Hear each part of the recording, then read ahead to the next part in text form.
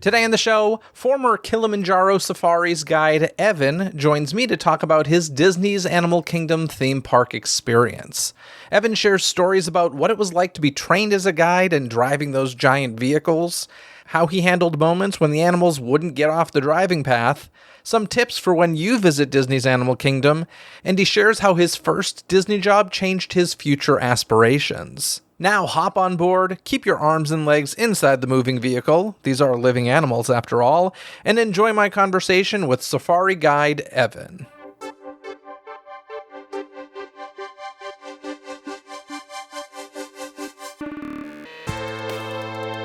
It's time to dive into today's Disney dialogue.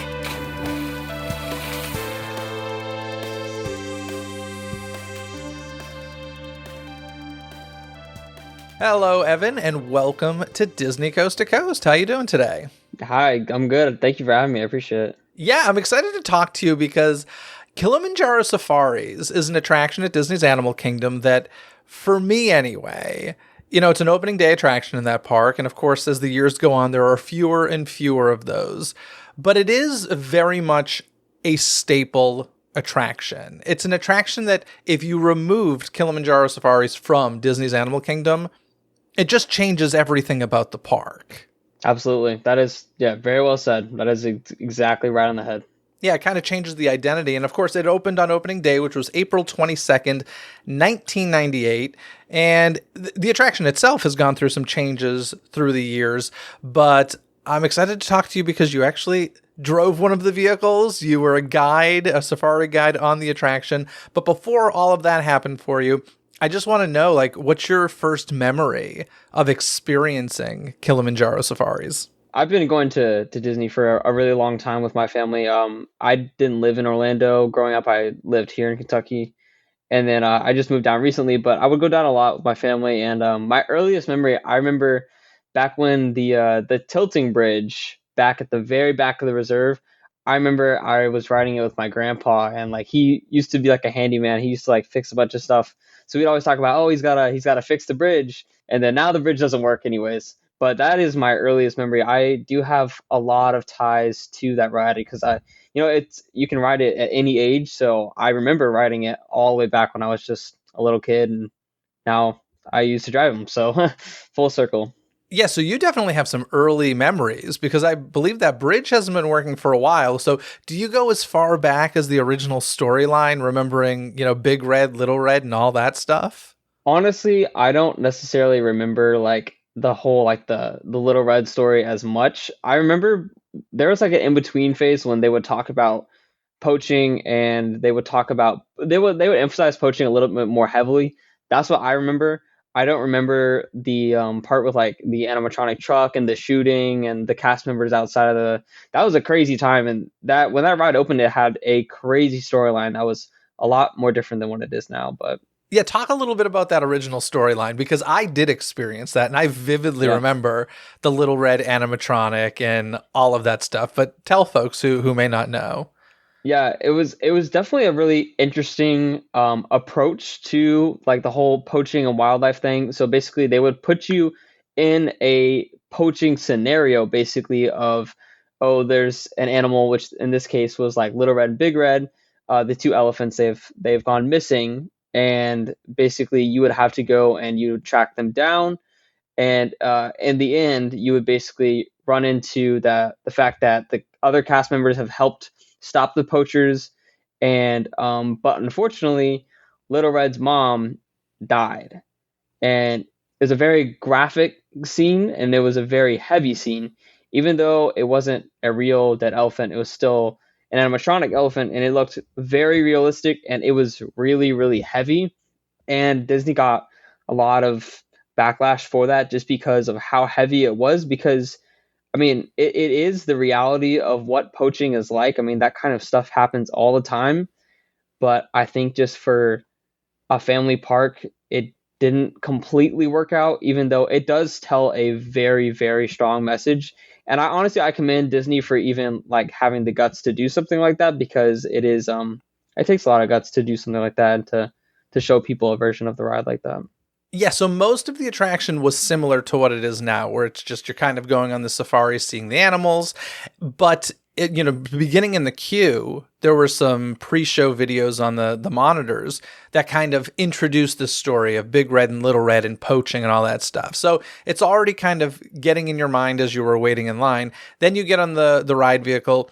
Like I said, you're doing a pretty traditional safari, but you're getting these radio calls that are once again reiterating this whole poaching storyline. And then it was like the last few minutes where I remember like trucks, the vehicle that you were in kind of racing through, like it was going at a high speed and avoiding the poachers. And I don't ever remember seeing the animatronic adult dead elephant. From what I understand, they actually got rid of that during cast member previews because it was Right, yeah. quickly decided like this is not going to fly. But I do remember Little Red in the back of the truck and a cast member actually there.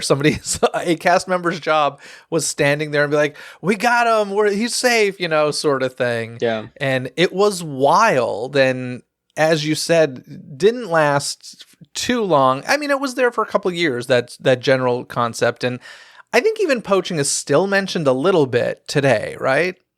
Yeah, honestly, it is kind of up to the driver's discretion of like you have the whole ending scene that you're talking about, those final few minutes. We call that finale, and it's that whole section where there's no animals, and that's where they had like the truck and Little Red and stuff. And so that's the section where, as a cast member, you can devote your time to mentioning what you want to mention. I used to mention poaching. I know a lot of other drivers mention poaching too because it is an important thing. So yeah. For me, I just remember as a kid, I was obsessed with Jurassic Park. And so when Disney's Animal Kingdom became a thing, which would have been 5 years after Jurassic Park opened, I did go in that opening year. And I just remember being like, whoa, it's like real world Jurassic Park. And I thought that was the coolest thing ever. And Yeah. honestly, it's one of those things that, admittedly, Disney's Animal Kingdom is not my favorite park at Walt Disney World, but it is a park that I look at and I kind of marvel over. I can't believe it exists. I can't believe the amount of infrastructure that goes into it. I can't believe, with PETA down SeaWorld's neck, I can't believe that Disney hasn't had to deal with that yet. And I understand like they treat their animals well and all that, but still there's always going to be this mentality of animals should just be in the wild. A zoo of any sort should not exist, even if they say it's not the zoo. But so it just kind of blows my mind that this park exists, and all the behind the scenes that goes into it is beyond impressive. Yeah, absolutely. It's like you said, it is a marvel in itself that park is just the way it is because it was built during the time of the golden age of Disney when Disney was taking risks like that, and they took a risk on that park. They poured a lot of money into it, a lot of research into it, and made sure that they did it right. And in the end, it came out absolutely amazing. So, The Michael Eisner days. Those were the oh days. my gosh, I mean, I was born like I guess like right after the end of the Disney decade, but I'm like a huge historical nerd, so I watch all the videos and stuff, and I'll know all this stuff. But I can't believe that the Eisner era happened. It's a beautiful time to look back on and be like, wow, that happened, and look what we have now. We have so many parks and resorts because of just that time period. It was a beautiful time to live through as well, I'll tell you that. Yeah. So you eventually became a safari guide at Kilimanjaro Safaris, but what was your first job at Walt Disney World or with Disney? That actually was my first job. That is insane to me. Was it like college program or? No, so I go to school at the University of Central Florida, which is in the middle of Orlando, and they actually the school has a lot of really good connections to Disney. So they had a tabling booth where Disney representatives came out and just talked to kids. And I talked with with my recruiter, and we were just trying to find the right job for me. And then one day he was like, "Hey, I have a spot at Safaris. Would you be interested?" And I was like, "There's no way you're offering this to me right now." And it worked out crazy, and I accepted it. And then boom, within like a couple of weeks, I was a safari driver. That's insane to me because I recognize that Disney kind of just lumps attractions into this one bucket. If you're in attractions, you can kind of cross-train on many different attractions. But I would just think, number one, the knowledge, everything you need to know to be a safari guide is kind of next level. And then on top of that, You're not pressing a green button for a ride vehicle to move. You are driving a giant truck through this, this huge open space, which many people have heard before. Like the safari attraction alone, you could fit Magic Kingdom into. It's massive. So that's insane to me that it's basically it's the same job as riding or working Dumbo, the flying elephant. Yeah, that is true. It is technically considered on that attractions level, which it is crazy, but Safaris is I think internally listed separately due to the fact of actually that it's a spieling role. So like because you have something to say, for one, you're actually paid more for it, and there are other rides that are in that category, like Jungle Cruise fits into that same thing. And now, if you wanted to become a safari driver or be a Jungle Cruise skipper, you do have to do like a like almost like an audition to make sure that you know what you're talking about, that you're comfortable speaking, that kind of stuff. But it is crazy though that it's just another attraction, you know. Yeah, that's crazy. Talk to me a little bit about the training process. I'd love to hear, like, how long did you even train for that position? I was part time, so I didn't do it consecutively, like back to back days.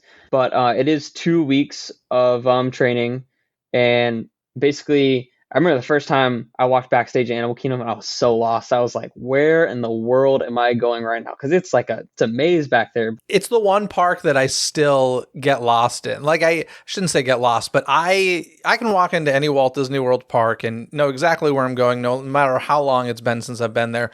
Disney's Animal Kingdom, just everything is such similar color palettes, and it, Yeah. it's very much created that way. It's done on purpose and it's impressive, but I still get a little lost when I'm in there sometimes. So I can just imagine backstage. Yeah. Yeah, well, we let's see. My first day I wasn't driving at all. I was just getting kind of acclimated with like the people, their system, and then the second day is when I started. It was all in the morning. You would go at like 5:45 in the morning. It was super super early, but I mean, that park opens early, so they start everything early, and it was from there it was a matter of like learning all the parts of the truck and then learning how to drive the truck and then learning how to drive the truck and like the backstage road versus like the ride path, because those are two very different things that you'd be driving on. And then from there, How so? the safari trucks, they like have a big parking lot. It's called the VM, the vehicle maintenance lot. It sits just to the left of Africa,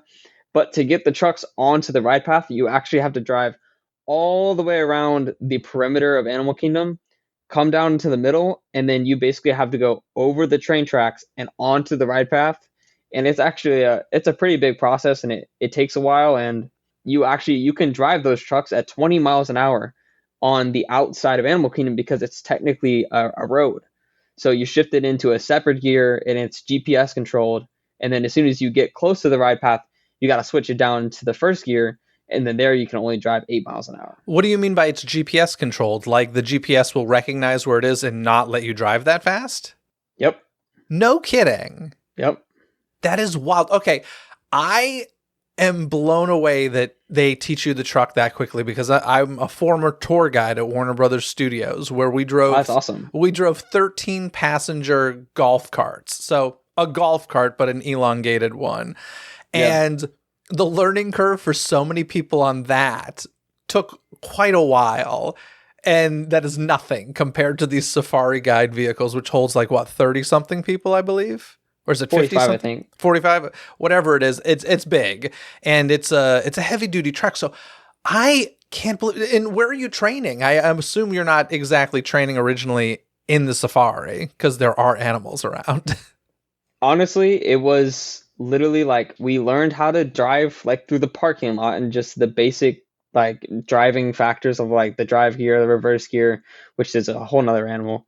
But then honestly, I was kind of just thrown into it. I had a trainer who's really good and she sat with me and we went slow and I did hit something like within like 5 minutes of getting on the right path. It's so long and there are some tight corners. But then from there, it was just a matter of going slowly, making sure I know how to navigate each and every turn because they're all different. But then you also have to be visually aware, like you're saying, of the animals because they are all around you, and you have to be very careful of that. That is so wild to me. I can't even. I mean, there must be a lot of people who drop off of the job simply because they can't handle those trucks, I would assume. Absolutely, yes, yes, there are.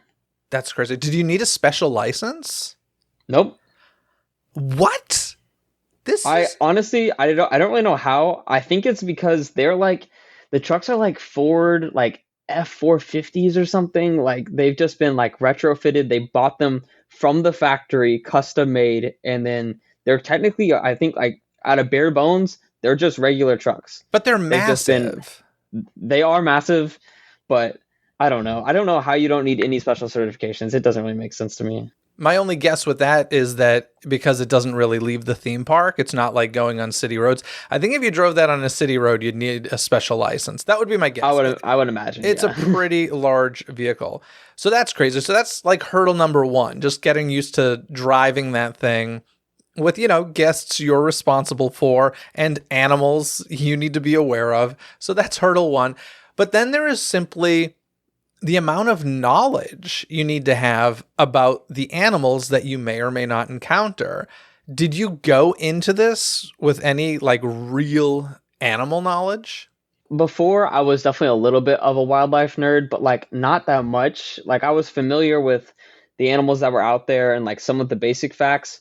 But then I wish I had it with me, but we would go after we were done driving, we would sit back in an office and I had this giant book full of like so many facts. And like you were just basically for training, we were required to learn two facts per animal. And then you would learn the required stuff you had to say, and then everything else you kind of just learned along the way from other people's spiels or like the extra facts like in the book because there was tons and tons. There's so much you could learn that like that's why they say no two safaris are the same because everyone's different, everyone is passionate about different things, and so it's always nice to hear different things because there's so much to learn. So That's wild. No pun intended. What sort yeah. of special safety training do you have to have? Like, if there were an animal crisis situation, is it just like sit still, or like do you have, or is it like drive off the road, drive backstage with guests, or Yeah, no, there's definitely a lot of unique moments and unique things that could happen while you're on the truck. So it was just a lot of training to be prepared on how to do that. But also, like, every single truck has a radio, and we're constantly in contact with other coordinators, like who are managing like the ride path or managing the line or leaders. So if you ever like had a problem that you couldn't like necessarily answer yourself, you can just radio someone and they would help you out like greatly. But the scenario of like having to take guests off the ride path happens very rarely. I didn't even see that happen in my entire time I was there. how long were you a safari guide? I was a safari guide for I think 6.5 months. So Okay. And tell me, was there like a super magical animal experience that you witnessed? Because as you said, it's never the same when you go out there. Was there anything that you ever saw when you turned that corner and you're just like, oh my gosh, like this is really a treat? yeah, there was definitely a lot of moments. Like so I basically because I was part time, I would do a lot of closings. So it was really nice to like at the very end of the day when there was like no guests and I could drive like an empty just myself and the sun would be setting and the animals were out there. That was like pure magic. It was like literally probably my favorite feeling out there. And I saw a lot of baby animal births too. That was really cool being out there like the first day they were out there and getting to experience them like when they're young is that was really special too. Did you actually get to see the births like backstage? Or you're just I saying never the got to see babies? any, but Okay. they would mostly most of all the births would happen backstage, and then the next day or like a couple weeks after they would bring them on stage onto the reserve, and that was the first time they experienced the trucks and stuff like that. So you mentioned that you would go driving through the path even if there were like no guests. What was that for? Like, did they just want to keep the consistency so the animals could get used to the trucks, or were you just doing that because you're like, hey, I got free time, this will be fun, or how did that work? A lot of times during the summer, towards the end of the day, it would get really slow, and so we'd have a lot of people who were staffed there.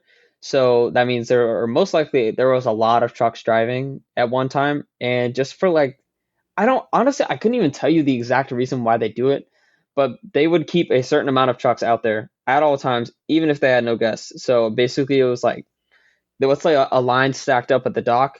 One would wait for a lot of guests, they'd send it, and then I would pull up and they'd be like, oh, just go empty. So I'd just drive the entire time just by myself with no guests. And I don't understand it logistically, but I loved it. That was the best thing ever.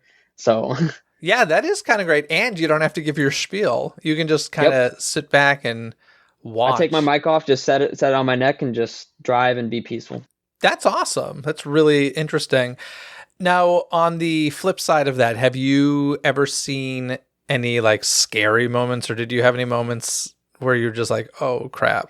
I personally barely dealt with anything like that, but I've definitely had a lot of like friends that have dealt with like either like rude guests or like No, I was thinking truck animals, issues. not Oh, the guests. animals? Yeah. No, honestly, I never had to experience anything bad. Like I had a giraffe touch my truck one time, like it was like licked like right above my face. That was pretty crazy. And then I've definitely had my fair share of like animal stops when like a rhino would get in front of my truck. It wouldn't move for like 20 minutes. So you just sit there. But nothing crazy. I There have been a lot of stories of like crazy animal encounters, but I personally never dealt with anything crazy. Yeah, the whole animals, I know Disney's very much, the animals do what they want to do and they respect that. And if an animal's in the road, you simply sit and wait. And I think after a certain amount of time, they'll send somebody out and try to convince them or, guide them with Yep. food or whatever to get off the path. But I mean, that must just really screw up the ride flow through, I would assume. Yep.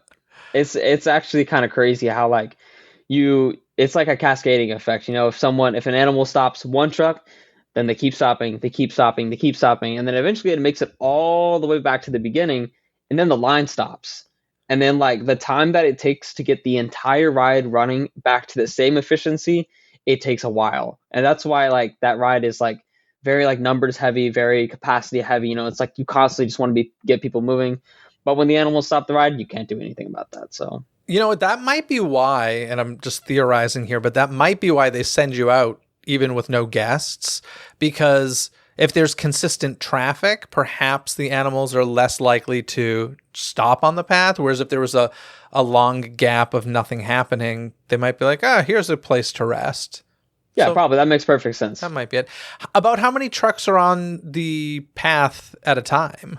If they were all operating correctly, there are 44 trucks, and actually all 44 can fit on the ride path. Wow. So yeah, that's a It's lot of. ridiculous, and it'll never happen just because there's always at least one that's broken. Sure. But in theory, they can fit all 44 on the ride path. Wow. What animal is the one that you used to love to see every time you'd go out?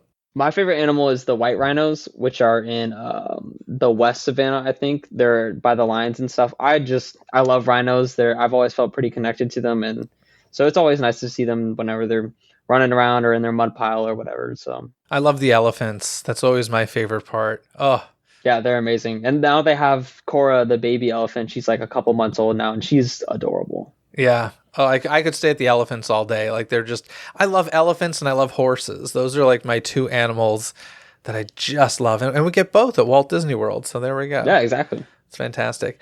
And of all the animals that are part of the attraction, which is the one that you would see least often and was like a real treat when guests got to see this animal? So I would say that there's probably two animals that are really rare to see. So in the Little Missouri Forest, which is the first section, there's an enclosure for the okapis, and there is an animal called the yellow-backed duiker, which also lives in that same enclosure, but super, super, super rare. Like I probably saw that animal 3 times, like my entire time. So whenever we pull in, I would do a full stop and be like, guys, that animal may not look cool, but it is super, super, super rare to see. So that was really cool. And then also back in the back, the mandrills enclosure, they're the monkeys that are really large. They're also like very mischievous and they are very hard to see. So it was always a treat to see them. That's very cool. You know, whenever you said that to guests, though, they never believed you. They're like, No, he, no. he says that every time he comes through here. You're like, no, seriously. Exactly. This is a treat. Enjoy it. That's really Yeah. cool. So you said, was that like 20 minutes with the rhino in the road or whatever? Was that like the longest delay you've ever had to deal with? I had like I think a 40-minute animal stop one time. Oh my gosh. I mean, what do you do? Like, what do you talk to the guests for 40 minutes?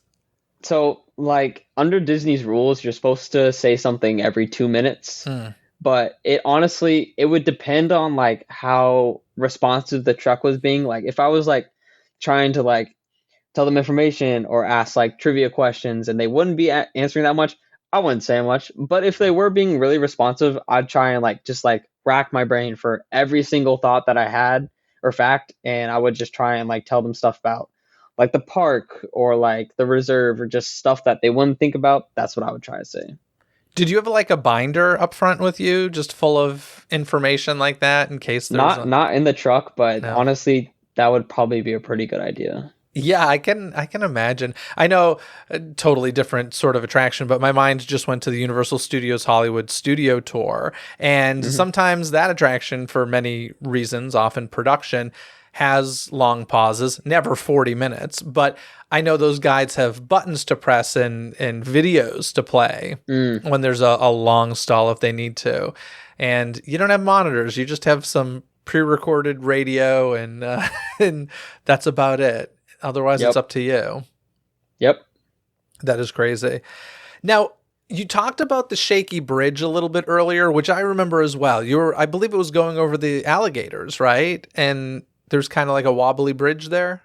There's two bridges. The Okay. one that goes over the alligators or the crocodiles. Crocodiles. That one does not move. What's the difference? But the one, Tell me right now, what's the difference between an alligator and a crocodile? well, for one, they're the shape of their face. Crocodiles is more V-shaped, while an alligator is a lot wider. Okay, fair enough. Sorry, I interrupted. So two bridges. No, you're good. And then tilt bridge is what it's called. Is the one in the very back of the reserve. It's by the elephants and by the mandrills. And you're saying they just don't work, or did they shut them off? I just felt like at one point they started taking away the ride elements. So the finale and the bridge. But are you saying Yeah. they actually stopped because they just stopped working? So tilt bridge, to my knowledge, the company that manufactures the parts went like out of business. And so that is why I guess Disney is just probably too lazy and doesn't want to put the money towards making the effect work again, because it is a pretty crazy effect and it's definitely like parts heavy. It's a pretty intense like thing to make that whole bridge with a truck shake. So I guess Disney just doesn't want to fix it. So I remember a lot during the attraction when we'd go from kind of one scene or one area to another. The truck drives over these chains, kind of. What exactly? I mean, I know it's to separate the animals, but how do they work exactly? Like, why is that dissuade the animals from crossing? yeah, so there's most or all the spots, they're called cattle guards. And for one, they signify the changing of like one area to another. And there's like the chains themselves, which are, for one, they're electrified. They have electricity going through them. Oh, really? So yeah, so sometimes you would hear like popping or cracking when it's going over it. That's literally like the electricity just probably hitting water or a leaf or something. But then there's the actual cattle guards themselves, which are those like, they're like basically just metal bars that are just in line. And that's more of a thing of like an animal will look at that and see that, okay, this would be kind of hard to cross. So they just won't do it. And then you combine the fact of the electrified chains, and then it's like, it's just a lot, it's very animal proof. Now, it's not like completely animal proof. Like a lot of those animals out there, if they wanted to jump over it, they totally could. And they have before. But it's like more of like a preventative thing so that they hopefully don't. How much are they? I mean, I'm sure the answer is a ton, but like, how are they tracking the animals other than just cameras out there and stuff? Are the animals like tagged in a way that like a computer? I have no idea. Okay. Yeah, because I would assume that must get a little crazy, keeping track of all those animals. I'm always amazed. I really enjoy that show on Disney Plus, The Magic of Disney's Animal Kingdom. Yep. And I just always love how like the vets and everyone knows the animals, like knows the individual animals, and they can tell. And I get it. I understand how and why. But as somebody who doesn't know them or see them daily, it is it's interesting how they can spot them. I'm curious, actually, when you were driving through, could you recognize animals, even if not by name? Could you recognize, oh, that's, that Yep, one? Really? definitely. I mean, more of the keepers, they're the ones who have the really special connection to them. But even us as drivers, like, these are still like the people. I mean, I say people, but like the animals, like they're like our friends almost. Let's like we're in their space, and so a lot of the drivers would take the time to learn the animals' names. Now, you wouldn't like be saying them, but like you can recognize them. Like, for instance, like the African painted dogs. I can recognize some of them based off their coat pattern, and that kind of goes for a bunch of different animals. I don't know all of the animals, definitely not, because there are a lot of animals out there, but I definitely know some of the animals. Are you introduced to them backstage at all or anything? Do you get to see the animals backstage? No, just out when you're Nope. driving through. And during the nighttime, I know a lot of them go backstage, but are any of them allowed to just roam around there? Or is it like, nope, it's, park's closed, we're closing this off? So, to my knowledge, I think that all of them are allowed to stay out there. However, they basically all just come in anyways, because it's like they have like a dedicated place that they stay. They know that they're going to get food when they go back there for like dinner time or something, or a treat or something. So most of them end up coming in. I've heard just rare occasions of when they stay out. So Can you imagine? That must be nice. If I were an animal at Disney's Animal Kingdom, I think every once in a while I'd just be like, you know what? I'm taking this quiet time to myself. This is great. right, yep, the whole place. I'm always amazed at how the animals acclimate to the Florida weather. I mean, between the humidity and the rain, and of course, some of them, I guess, are used to that from wherever they're coming from, but some of them, it always shocks me. I'm like, gosh, how do they adapt so well to this? I completely agree. I mean, like during the summers, like it would get so hot, and I mean, you'd see all of them. They're all like in the middle of the afternoon. They'd all be hiding just because it is so ungodly hot outside. And I mean that and the rain. And honestly, it's interesting because like during the winter time, it's not like a true winter, but it does get pretty cold, and you can see a lot of the animals. Their habits do change. So. Interesting. Did you ever see like Imagineers out there or anything changing up an element, not even necessarily a ride element, but something that just makes life better for the animals or anything like that? I did not. I saw maintenance people. There's a lot of different teams that help to maintain like the ride path, like the horticulture teams that are just cutting trees back. But I never saw anything like in Magic of Disney's Animal Kingdom. There's the episode about how they install the light for the elephants. I never got to see anything like that, but Okay. What is your favorite logistical element that guests don't really think about, but is like really important for the Kilimanjaro Safari to run smoothly? hmm, that's a good question. I would say maybe like so we have a position called base, and base is run by a coordinator, and that is someone who is like sitting down at a computer and answering radio calls and looking at monitors to see where trucks are, monitoring spacing between trucks.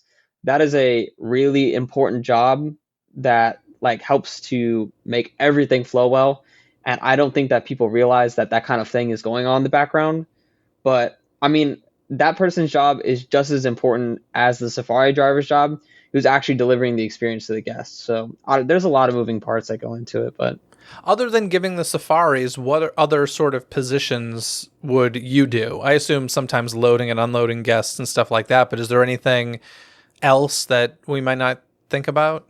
there's really two things. So there's either truck or a land position. So if you're on a truck, you're obviously driving the truck and spieling to the guests, and that would be, I would say, probably like 2 out of 3 or 4 out of 5 times you were on a truck. But if you weren't, then you were on a land, which is like everything in Harambe. So that would be like doing the gates, grouping, greeting, stroller parking, lightning lane, standby. There were actually a decent amount of positions because the space is pretty big and there's a lot of people needed to operate it, especially during like really busy times. But yeah, it was mostly all of that stuff that I mentioned. I'm going to assume your favorite part was being on the truck. Definitely, yeah. Yeah, I can imagine that's the kind of fun time. Unfortunately, no air conditioning for you on there, but No, I mean there is air conditioning on the truck, and oh, we are required to run it. However, these trucks are old, and most of the time the air conditioning is hit or miss. So You always hear from people that go do Kilimanjaro safaris first thing in the morning. First thing in the morning, that's the time when the animals are most active. Is that actually true? Have you found that to be true? I would actually disagree. Oh, okay. I don't think that is true. I think that there are really two times that is the best to experience it. So let's say DAC opened at like 7:30 in the morning, which is like a normal opening time. Hmm. I would not do safaris first, especially not that early, because honestly, a lot of the times the animals are not all out on show yet. But if you wait like a little bit to like the 9 to like 11 range, even like 9 to 10:30, I would say that is the most ideal because most of the times it's still like relatively cool. And so a lot of the animals are being really active and most of them are all out. But then on the flip side of that, the very end of the night, like the last hour on the earlier side of that, is also really good because the weather starts to cool down. There's a lot less guests, and most of the animals are still out there. So I would probably advise to stay away from the very early morning. Just like when it opens, people say a lot of people do say I do that, but I would not personally. Good to know. Now, did you ever take part in the nighttime safaris? I can never keep track of when those are going and when they aren't. I know it was I feel like it was a test at one point that really never caught on, but did you ever take part in that or even just witness it? I did not. I've heard from a lot of my cast member friends who are still working there, worked before me, that apparently it was really hard, just because of it was really dark. They said out there, so it was hard to drive, just the trucks alone. But then it was also really hard to spot animals too. So I don't think that it's probably ever going to come back, just because of that fact. But it was definitely a really cool idea. I just remember the fake permanent sunset that they always talked about. Did they have like a giant LED screen sunset or something out in the safari? Right? Yeah. Yeah, back in the corner of the savannah. Yeah. Yeah. It's wild. Do you have a favorite area on the whole path? Definitely. So the savannah is broken into two parts, the east and the west savannah. I would say probably the west savannah is probably my favorite. It's like that's the really big section. It's humongous and there's a lot of different environments inside of it. And plus a lot of animals live in that section, so it's you're really always going to see something different, and there's hills and trees and water features, and it's honestly just it's a beautiful area. But I mean, no shade to all of them. Every single area is good. So Yeah. Do you have any favorite spiels that you used to have to give? I don't know. I always like to try to find the facts that would make people be surprised, like a jaw-dropping fact. Hmm. Like the wildebeests, I used to say how they are more dense than humans themselves, and that always used to make people be surprised. Or like at the end of my spiel for the finale part, I would talk about rhinos because rhinos are my favorite, and I would talk about the northern white rhino, which is not the kind that Animal Kingdom has. Those are southern white rhinos, and northern white rhinos. There's only two of them left in the entire world, Oh, and so I would always like really emphasize that, and you'd always get a lot of people being like, "Oh, wow, that's crazy," and I'm like, "That's exactly why I'm telling you." It's yeah. yeah. I know Disney's Animal Kingdom certainly has this whole message of conservation and all that stuff. So is that something that's really a big part of your training or something that backstage is really kind of, I don't want to say forced, but really, It's definitely not forced, and that's why you'll ride some safaris and you'll like barely hear any conservation.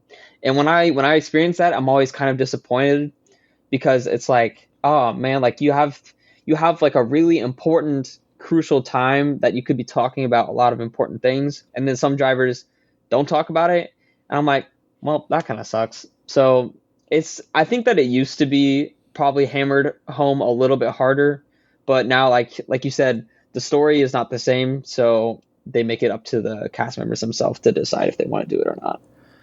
and when you weren't working and you were spending time in Disney's Animal Kingdom, what's some of the stuff that you would always make sure you did? What are some of your favorite parts of the park? Oh man, I love literally everything about that park. But if I had to mention some of my favorites, I love Pandora because I love the level of immersion. It's actually insane. And then on the opposite side of that spectrum, I love the immersion of Asia, Asia is one of the most well thought out design theme park lands they have ever built.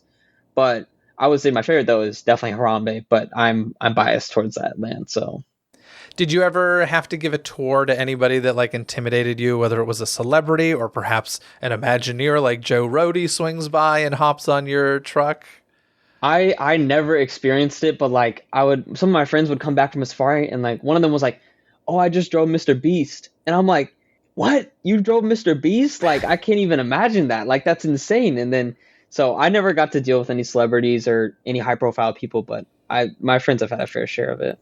Did they give you any courses like backstage or, and not during your normal hours where just continued training of, hey, or even were there any new animals introduced while you were there? We definitely had throughout the way we would be like either a like have an assessment from a coordinator who would just like rate our safari, rate what we're doing, seeing how good it is, and then we also had like efficiency classes to know like what you should be doing in terms of like loading guests, driving, like your miles per hour, that kind of thing. So we definitely had a lot of things that we were updated with along the way, and then they would also like change procedures along the way of like how you did certain things, and you'd have to be retrained on it and stuff. But it was nothing major.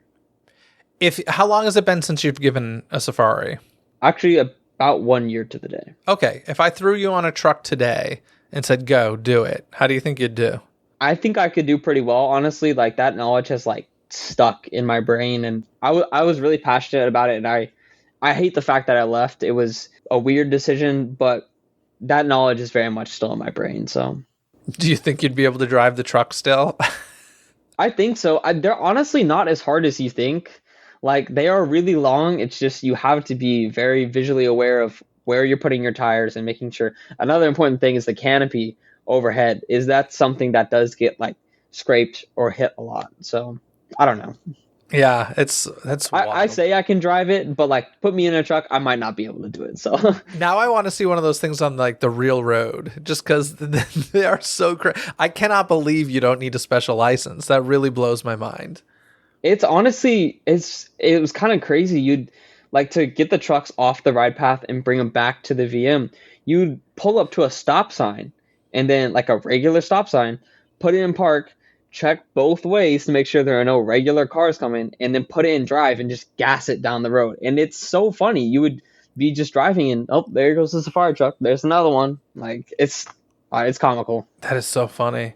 Any other tips for guests who are visiting the park, whether it's their first time or 100th time? Any tips? Can be safari or anywhere else in the park that you just are like, make sure you do this. Not enough people know about this or whatever. Yeah, definitely. I would mention 100% make sure that you visit the trails. There are multiple trails throughout the park between the Discovery Island trails, Gorilla Falls, Maharaja Jungle Trek. They are amazing. They have like they're very peaceful. They're very well thought out. There's a lot of really cool animals on those trails that you wouldn't even get to see throughout any of the other animal attractions. So I would definitely say do the trails. Go back to Rafiki's Planet Watch if you haven't ever done that before. That place is actually amazing. Between the animation experience, the vet hospital, some of the reptiles that are back there, and you can pet goats back there too, which is pretty cool.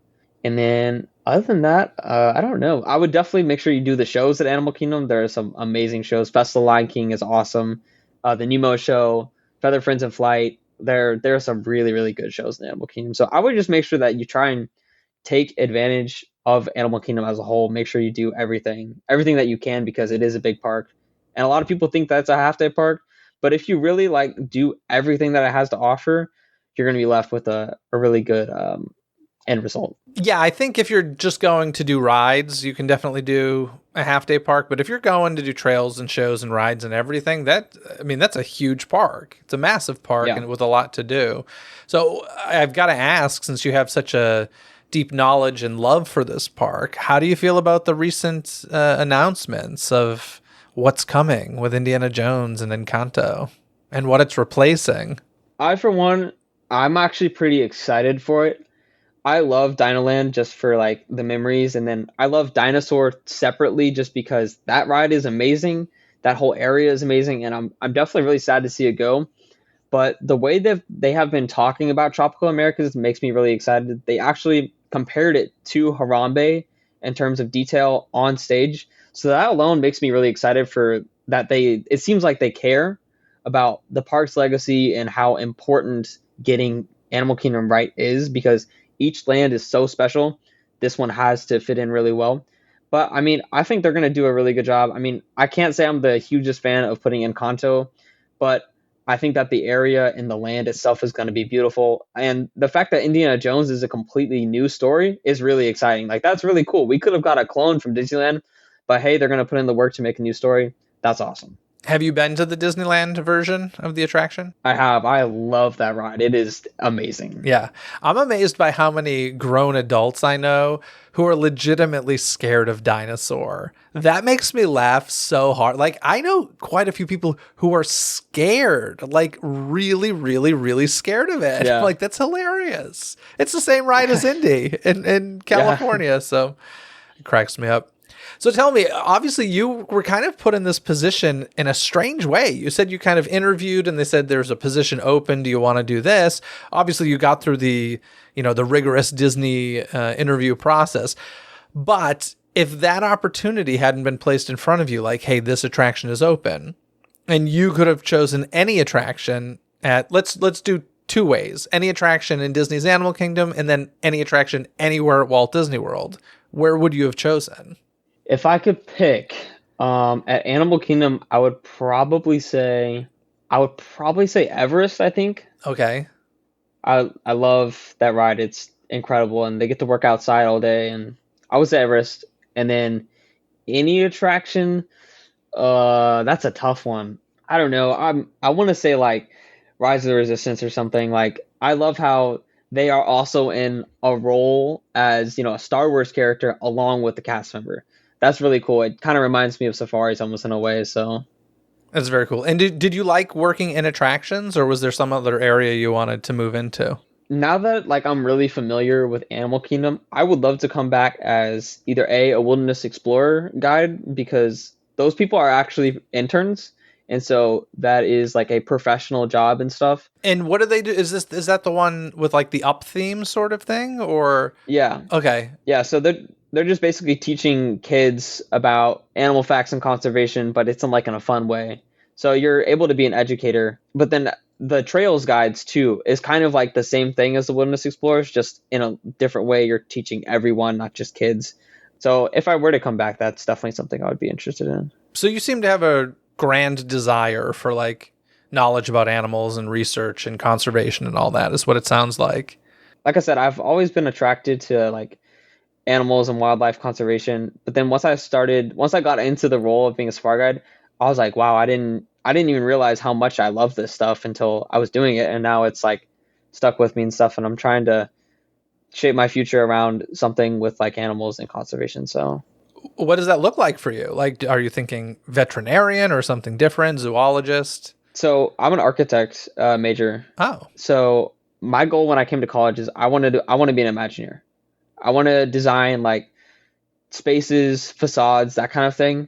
But with my knowledge and love for animals, I'm also thinking of the fact of like designing like animal enclosures for like different AZA accredited like zoos throughout like the US, the world. I think that would also be something really cool to do. So that's really cool. And it's just kind of wild how you were plopped in this position, it sounds like.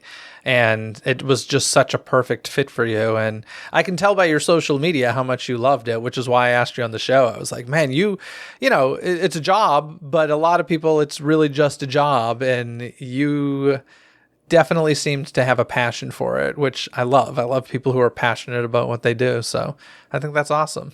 I'll tell you two interesting things. So the day I was offered a job at Safaris, I also interviewed at Universal. And I actually got the job. I got the job to work either Hagrid's or the train or Hulk, I think. And then I also had the job offer at Safaris. And so I was actually at Disney that day and I was thinking about it. I was like, what should I do here? And then it was like no brainer. I was like, okay, I got to go with Disney. So yeah, that was a really interesting day. You were talking about how for some people it's just a job, and my time working there, I could definitely see that. and other people who treated working at safaris as literally just a job, because there's like, you can break it up into three people. You got full-time, part-time, and CPs. And the CPs are College literally program. just they're placed there Yeah. as college program. They don't choose that. And so, there's a lot of people who are placed there and they're like, oh, well, this is not what I like. And then you can very obviously see that when you go on like their safari or you're around them. And some people have asked me like, what's one thing I would change about safaris? And the thing I would change is just the consistency in the people, because there are people like me who are passionate about it. And you could go and ride a passionate person's safari and be really impressed and really happy with what you just did.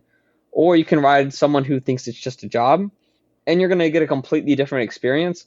And I don't like that. I wish that was different, but I mean, there's nothing you can really do about that. I mean, college program is college program. And I'm not trying to dog on college program people, but No, but I think you're right. Just it's not even a college program thing. I think it's just everybody who works that attraction. It is a very specific attraction. It does require very specific knowledge.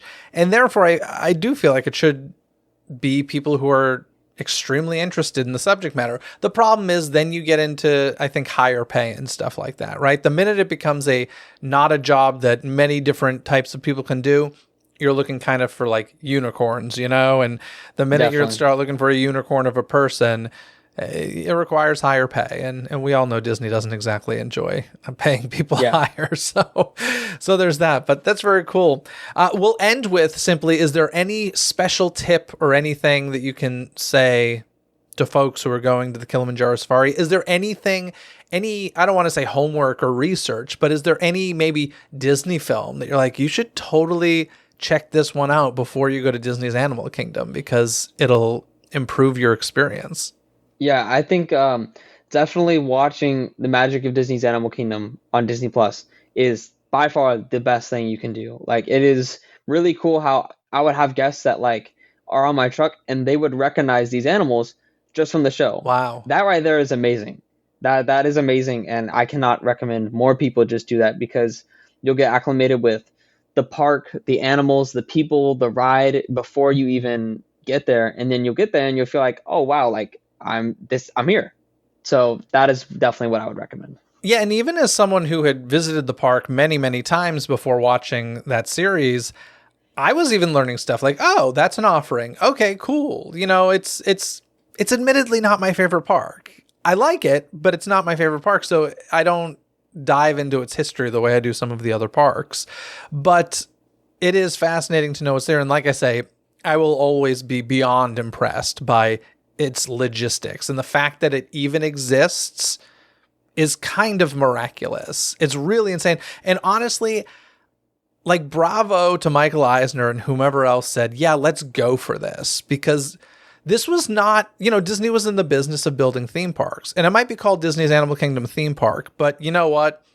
It's way more than a theme park. And it's unlike anything the company had ever done. Had they worked with animals before? Sure. But never on this sort of level. So, I mean, for lack of a better term, it just took a lot of balls to be like, yeah, let's do it. Let's do Absolutely. Disney's Animal Kingdom theme park. And the famous story is, oh, I might be getting some of the names mixed up, but I think it was Joe Rohde who brought like a lion into a meeting as they were trying to convince them into why they should build this park. And they brought it might have been a tiger, some wild animal, like a big one, they brought into a meeting, and they basically said, the way you're all reacting right now, that's the reason we should build this park. There's nothing like this. And Disney definitely seems to be doing the right things as far as caring for the animals and stuff, but I always feel like we should not take Disney's Animal Kingdom park as it is right now for granted, because I do feel like there will come a time, perhaps, like SeaWorld, where it's like, it's not going to be like this forever. There's the world is different. People don't accept things the way that they once did. And so who knows, there might be a park someday in the future where there really aren't animals in there and it's just about animals, but we'll see. Yeah. Well said. Yeah. I completely agree with that. Anyway, Evan, thank you so much for coming on the show. This has been an eye-opening conversation, and I appreciate you talking to me about your cast member experience. Thank you for having me. This was awesome. Thanks for tuning into this episode. Don't miss any future episodes by subscribing and following Dizney with a Z, coast to coast on your favorite podcast app, where episodes are available 24/7. Now, folks, the I Put a Spell on You masquerade in Salem, Massachusetts is right around the corner. Join me in Salem on Friday, September 20th, at a shooting location from Disney's Hocus Pocus. This is a Halloween party like no other. So grab your costumes and head to Salem. Tickets and more info can be found at tinyurl.com/SalemParty2024. This episode has been executive produced by Jeffrey Riccio. Gain rewards like Jeffrey, including access to never-before-heard episodes and live stream Ask Me Anythings, by visiting the Patreon link in this episode's description. Until next time, anything you need can be found in this episode's description, from additional information and links discussed in this episode found in the show notes, to the DCTC hotline where you can leave a voicemail and be heard on a future episode, contact info to reach me, access to the show's official website, some free gifts from me to you, and so much more. So be sure to check out this episode's description. Other than that, folks, have a magical day. Bye!